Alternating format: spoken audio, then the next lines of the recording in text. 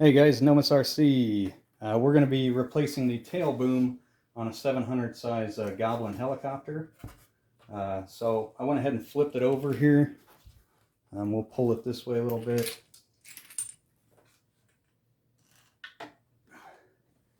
You just need some very basic tools, just some hex drivers and maybe some pliers there. So the main thing is once we disconnect the boom, then we can release pressure off of the belt and we can take the whole boom off, right? That's the end game.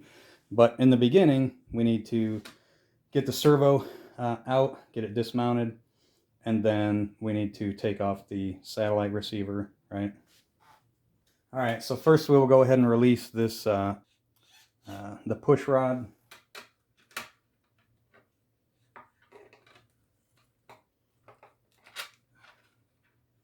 You could use your ball link pliers for this, but it's really not necessary. It comes off really easily. And we'll go ahead and release this. It's just the push rod guide. And then we just pull it out of there like that. Figure out how to get this satellite receiver off of here.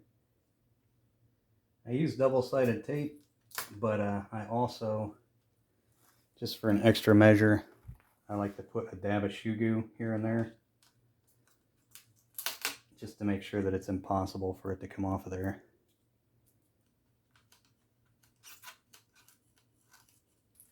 All right, we'll go ahead and dismount the servo.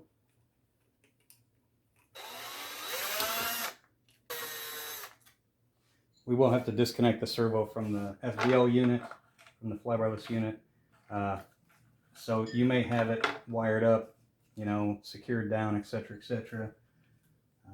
This one actually is on an extension, which is nice because the extension plug is right in here. And so we can just pull it right out. Now we can actually work on dismounting the boom, which you're going to have these two screws down here. It's really not a lot of parts to doing this, so you shouldn't get confused. You shouldn't have to label anything. You shouldn't run into an area where you forget what goes where. So you got 3 main bolts up top that hold your flight controller on. The reason you got to dismount your flight controller is because you need to get to these plastic bolts that are inside here. Now they're actually encased with a little carbon fiber piece that I think is actually unnecessary. I put it on because it comes with the kit. So this is the small carbon fiber piece that I was talking about. And all it does is encase your 2 hex bolts so that they don't loosen. A lot of people have the special hex tool for this. You absolutely don't need it. There's no reason to buy that. Now that the main nylon hex nuts are out of the top underneath the flybarless controller, we can actually completely move the boom now. So what we'll do is we'll loosen it so that the belt can drop out of here. All right, the belt has dropped out. And there you go. Your tail is completely dismounted. So we can take the bulk of the heli and get it out of the way. And now we can just focus on the boom itself. So we'll actually dismount the all the tail stuff first.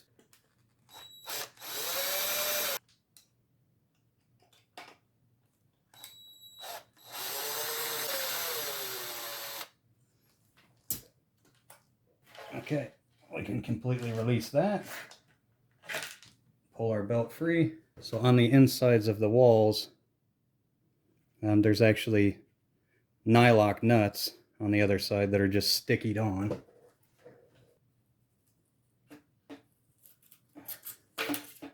You will want to remove any excess double-sided tape because you're going to have to redo it.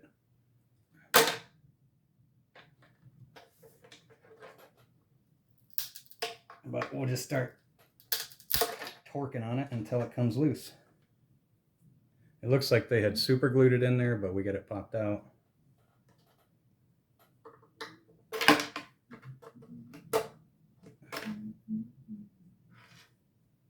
All right, that's it, guys. It's completely stripped down. It's done. We can set it aside.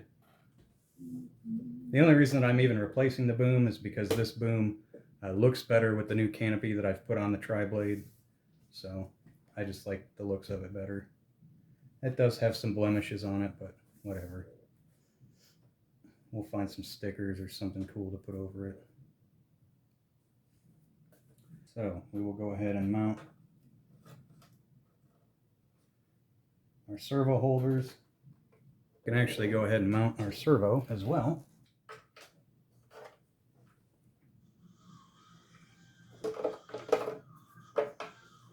Mechanically, nothing should change because the boom is identically the same length. So as long as we don't mess with the length on our push rod and we put all the hardware back just as it was, we don't accidentally flip the servo around or something like that, it'll wind up being exactly correct. There we go, nice and tight. Our BK servo is reinstalled. All right, guys, we got this last little piece out of here. It was kind of a pain in the ass, but I think I understand. Once you get it out, obviously it'll be a lot easier to install than it was to take out. But I pretty much just had to put pressure opening this opening up, and then it pulled out.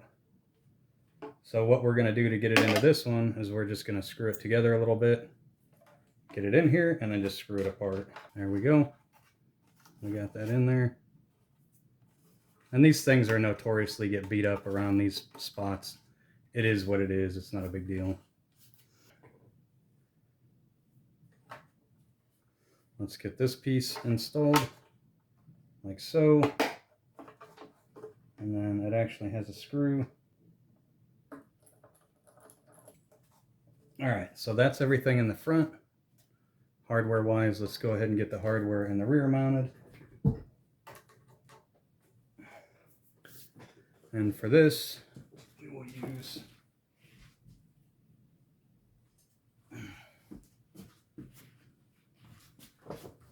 our trusty double-sided tape.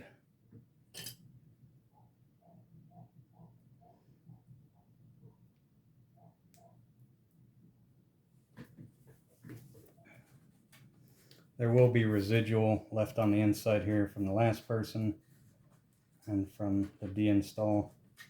So you want to get that out of there, obviously, before you put your new in. All right, guys, so we got the double-sided tape off of there. We're just going to go ahead and stick these to the inside. And you can actually, with good lighting, you can see right through and see the holes. So we'll go ahead and grab our tail assembly. We'll get it wrapped around its pulley. You know, guys, it doesn't hurt you either while you have the tail out to just take a look at it and make sure mechanically everything's good, nothing's coming apart. I've actually went over this heli fairly recently, so I'm not going to worry about it. So let's get our belt straightened out.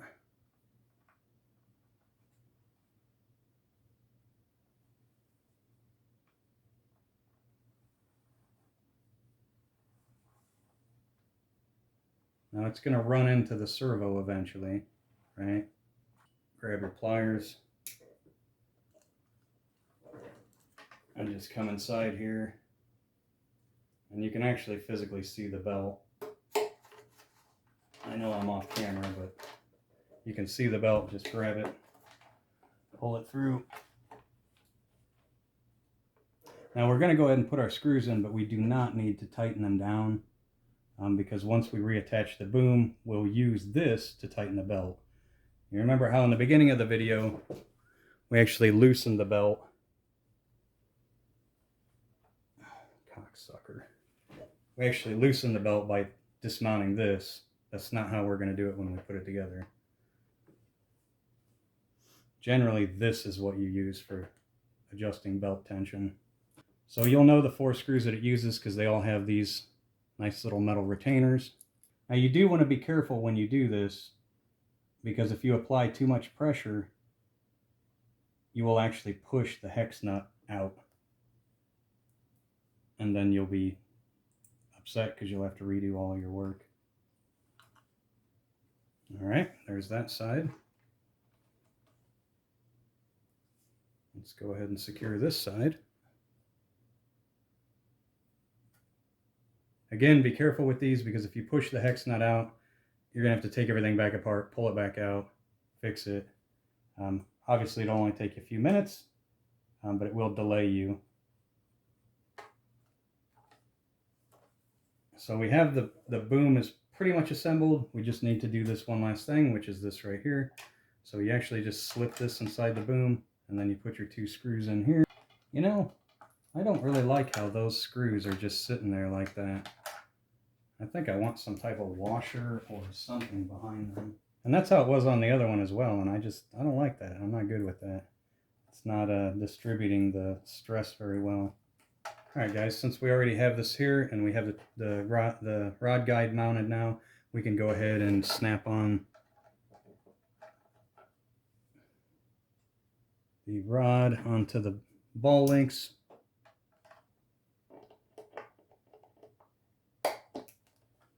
Boom and boom. Alright guys, well that's it for the boom. We have it completely outfitted with all the hardware. Right? Good to go there. Let's go ahead and grab the main bulk of the heli again and bring it up here. Okay, once we kind of get it in position, we want to go ahead and do our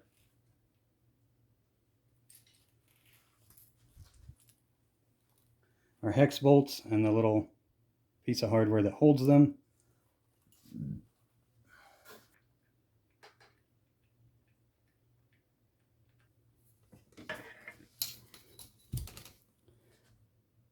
Alright, that's looking pretty good. We'll go ahead and install this piece right here, right over top of them. And then we just have this one little screw that holds it down. And there you go, the main portion of your boom is installed. We'll go ahead and mount the flight controller back down again. It just takes 3 screws here. Alright, so we got that taken care of. Let's go ahead and get these screws in the sides here. You do want to make sure that they're torqued down pretty good. So this is the lead to our tail servo. We actually want it to go underneath this little bar that's across here that holds these 2 bolts. So you want to run the wire underneath this little bar. That way you're guaranteed that it will never interfere with the belt, get chewed up by the belt, anything crazy like that. We can come up front. And we can just simply look through this way.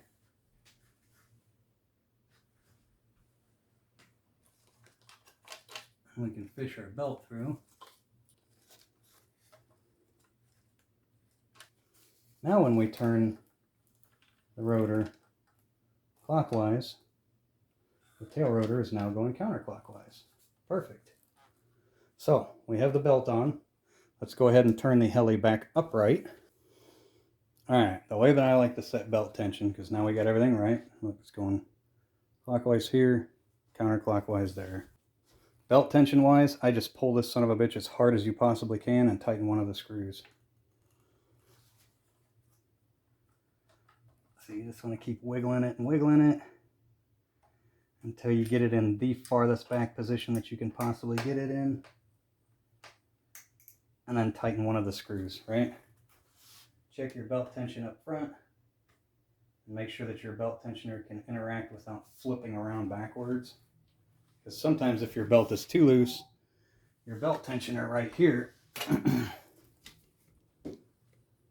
will actually do one of these numbers and it'll flip around backwards, and that's bad mid-flight because it's going to screw up your belt tension and you'll have a bunch of noise flapping in the breeze. So you need to make sure that your belt is tight enough that this can't accidentally do that. So belt tensioners are nice. Not every helicopter has them because you actually do not need them. But if your belt is not tight enough, they can actually cause a problem.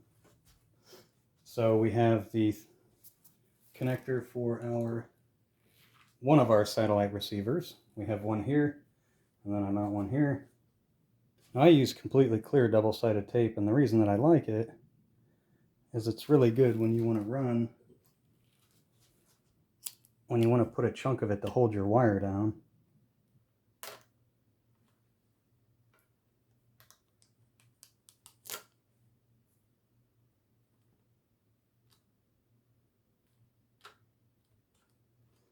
All right, guys, there we go. We got the satellite receiver installed again. And again, this was actually plugged into a servo extension.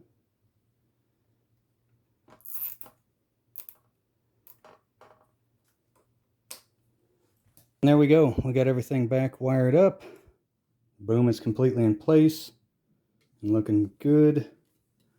Let's try the canopy on it. Snapped on. What do you guys think? You can see from my previous videos what it used to look like.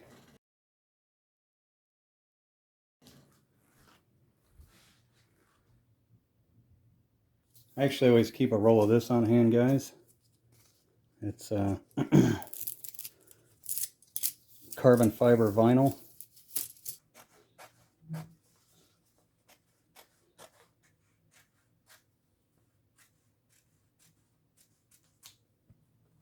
Right about there will cover some of these abuse marks here, not this one, and then this big patch right there.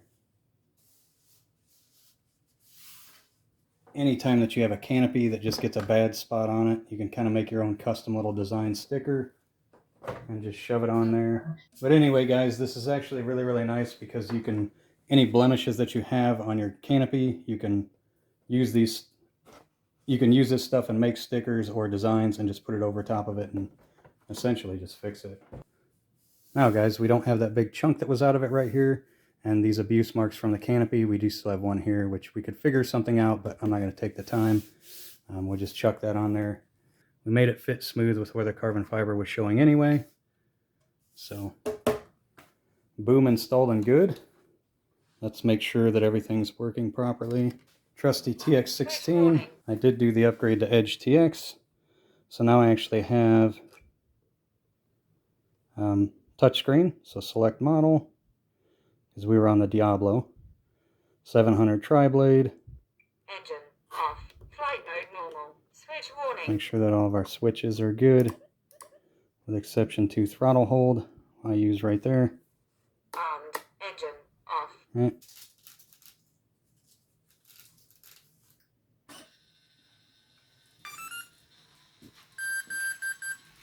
We just want to check and make sure that our tail is still going the correct way.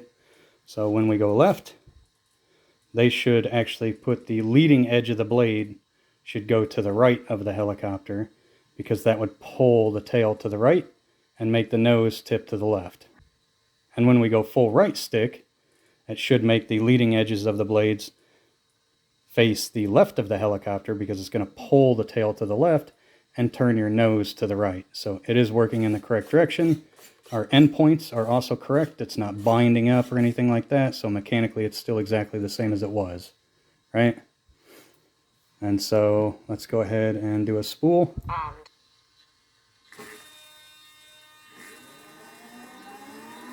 Engine off. Yep.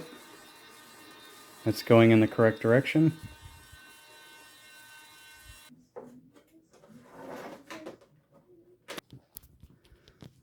Alright guys, and there we go. We got the boom, and the canopy is now different. I really, really like it because it looks like the 700 competition, but it's a KSE tri-blade. I've not seen that scheme before on a KSE, so I really, really wanted to do that. As always, guys,